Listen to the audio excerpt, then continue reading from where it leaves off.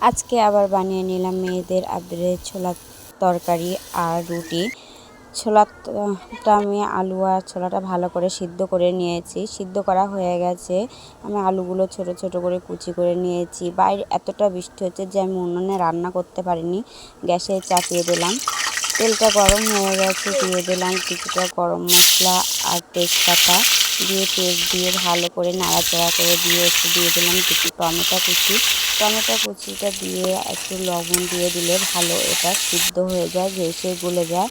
তারপরে দিয়ে দিলাম আদা রসুনের পেস্ট, দেওয়ার পরে ভালোভাবে নাড়াচাড়িয়ে আমি দিয়ে দেবো হলুদের গুঁড়া আর কাশ্মীরি লঙ্কার গুঁড়া দিয়ে এতে ভালোভাবে নাড়িয়ে আমি অল্প কিছুটা পানি দিয়ে দেবো যাতে মশলাটা ভালো করে কষে। পানিটা দিলে হয় কি মশলাটা ভালোভাবে কষে যায়।